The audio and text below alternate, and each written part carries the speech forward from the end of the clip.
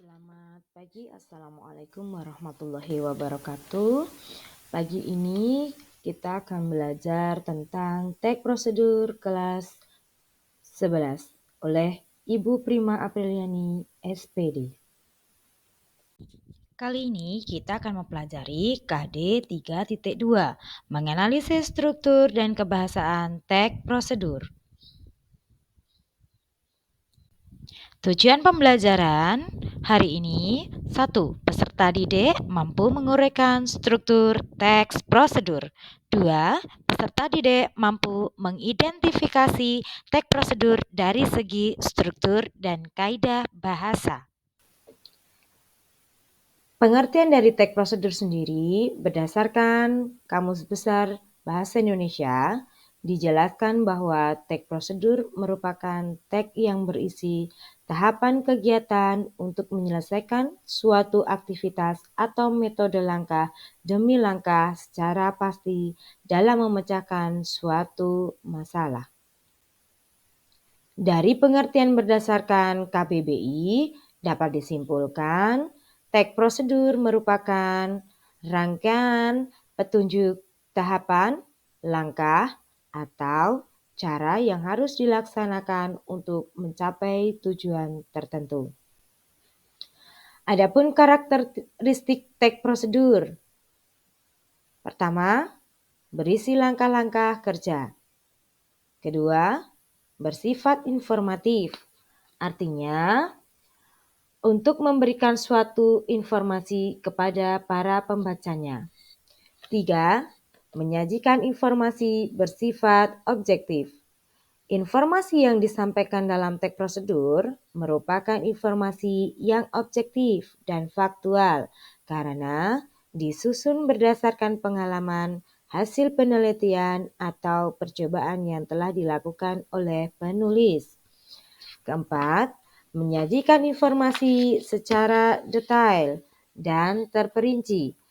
Teks prosedur ini berdasarkan secara terperinci mengenai langkah-langkah atau tahapan melakukan suatu pekerjaan. Hal ini bertujuan agar para pembaca dapat mempraktikkan langkah-langkah tersebut dengan benar. Kelima, menggunakan pola kalimat perintah atau imperatif. Teks prosedur banyak menggunakan kalimat imperatif karena teks tersebut berisi perintah atau petunjuk untuk melakukan suatu pekerjaan.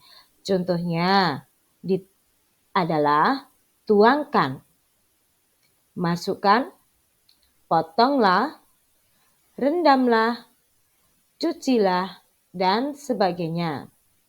Keenam, bersifat universal. Informasi yang disampaikan dalam teks prosedur bersifat umum atau universal. Artinya, informasi tersebut tidak hanya berlaku untuk suatu daerah atau tempat saja, tetapi berlaku juga untuk daerah tempat lain. Jenis-jenis teks prosedur. Yang pertama, teks prosedur sederhana. Teks prosedur sederhana hanya berisi atas 3-4 langkah. Teks prosedur ini dikatakan prosedur sederhana karena hanya menyajikan hal-hal yang dianggap penting. Contohnya, cara membuat mie instan, membuat jus buah, membuat nasi goreng, menghidupkan komputer, dan sebagainya. Kedua, teks prosedur kompleks berbeda dengan teks prosedur sederhana. Teks prosedur kompleks berisi langkah kerja yang lebih banyak serta penjelasan yang panjang dan terperinci. Contohnya, cara membuat EKTP, mengurus SIM, mendaftar kartu kerjaan, dan sebagainya. Struktur teks prosedur. Yang pertama, tujuan. Bagian ini merupakan pengantar topik yang akan dijelaskan dalam teks prosedur. Bagian ini juga berisi penjelasan singkat dan tujuan akhir yang akan dicapai. 2. Material.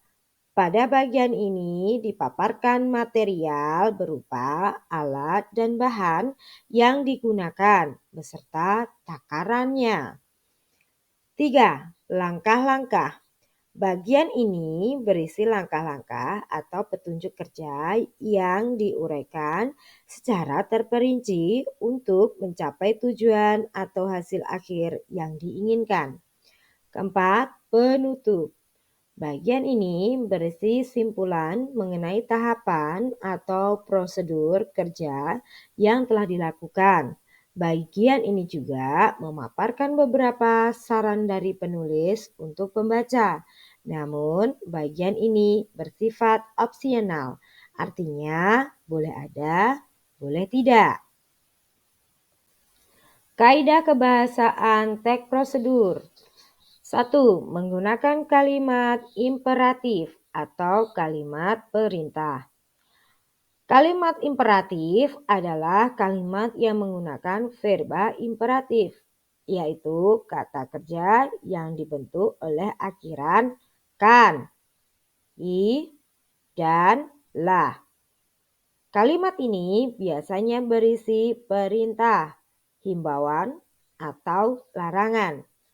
Contoh, cucilah 50 gram daun sirih hingga bersih.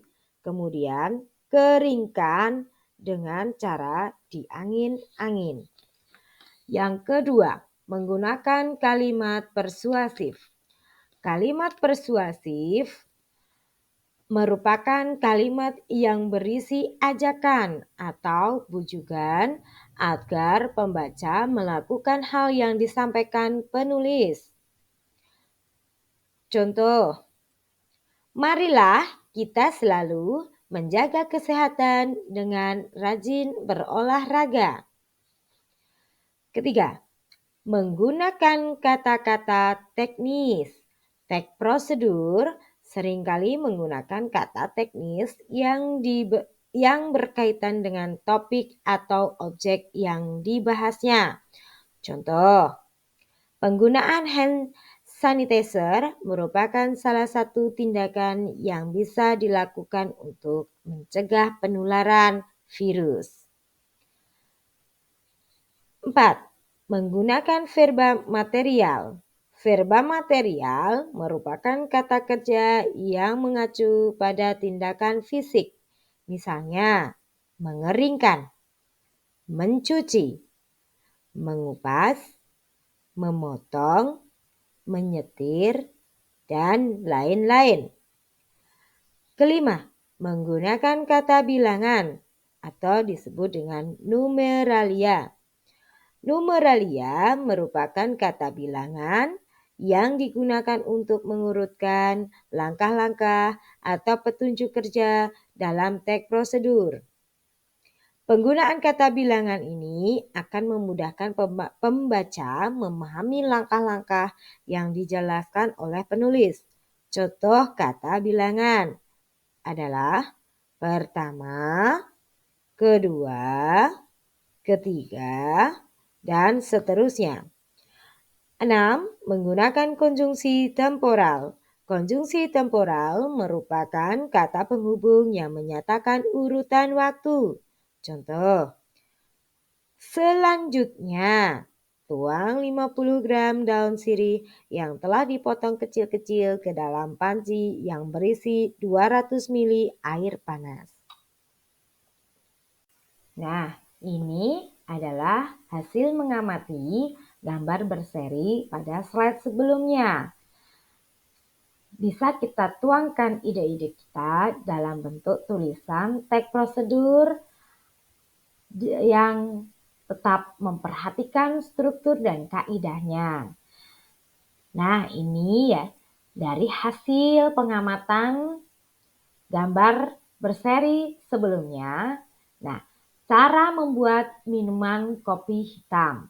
Kopi hitam adalah jenis minuman yang terbuat dari biji kopi, lalu dipanggang dan dihaluskan tanpa ditambahkan susu krim, bisa ditambahkan pemanis lainnya. Kopi hitam biasanya diseduh dengan air panas dan dapat diminum secara langsung atau bisa ditambahkan dengan gula sesuai selera. Berikut adalah cara membuat minuman kopi. Alat dan bahan. 1 gelas kecil, 2 sendok, 3 1 bungkus kopi kapal api spesial mix, 4 air mendidih kurang lebih 200 ml. Langkah-langkah membuat. Yang pertama, tuang 1 bungkus kapal api spesial mix ke dalam gelas.